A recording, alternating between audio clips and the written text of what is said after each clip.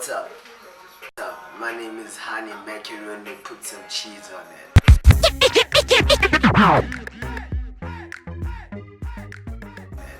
Welcome to Uncle Mo's Chronicles. So there's a few things I'd like to talk about. Starting this channel and this series of my chronicles is purely because I wanna share my life experiences as an artist, and more so I wanna inspire other people. You know, so I started my journey as a musician with a group. I think at that time I was about 13 years old or so, and I grew to changing positions in terms of the music scene itself. I've never been huge or too popular to such an extent that I was maybe coining it and stuff. But however, my experience along my last 10 years of being in the game, behind the scenes, managing from being a performing artist to managing an artist, I've taken into account a number of issues, and one of those issues is that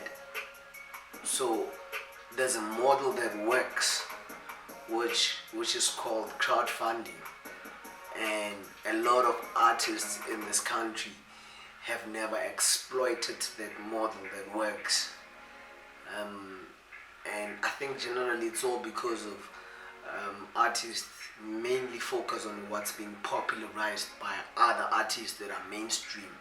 So if we see Uncle Mo, myself, becoming popular in this model, we then start to adapt to it, and then the whole game changes. I mean, if you look 4 years back to what happened with Casper Nyovest, when he started advocating the independence in the game, and everybody started thinking being independent is a cool thing, and they then started following the trend of being independent. But I've always said, there ain't nothing wrong with the contract. What's more important about contracts? There's a line where Nasty C says there's nothing he hates more than a contract. There ain't nothing wrong with contracts. The only important thing that you need to know about contracts is what are you signing up for how long, and from there on you need to keep your side of the deal. They need to keep their side of the deal. So I think a lot of artists, they go into contracts not knowing exactly what are they signing up for. In general, actually, artists do not make it a point to educate themselves about the game. So they don't know what's an A&R, they don't know what's PR, at what point do you need PR, they don't know what's their performance rights, they don't know what Samro does for them. Well, some have an idea. They don't know how those royalties, those who have an idea don't know how those royalties are actually distributed. Don't know what Sanpra does, don't know what Risa does, and so on, all these organizations.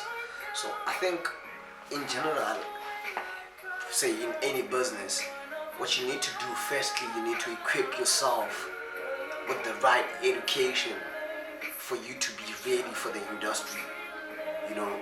So you can't embark on a journey when you are less prepared. And I think in general a lot of artists are less prepared. So my blog is my video blog, or my chronicles, is generally about that, to try and equip these young kids coming up, and to help them avoid the problems that I faced as an artist.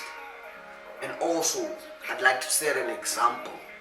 So generally people don't want to conform to crowdfunding simply because, one, they might think it makes them look desperate. Two, people generally dislike asking. Three, but it's not a popular model. Nobody has used it in the country, you know, and nobody believes in it.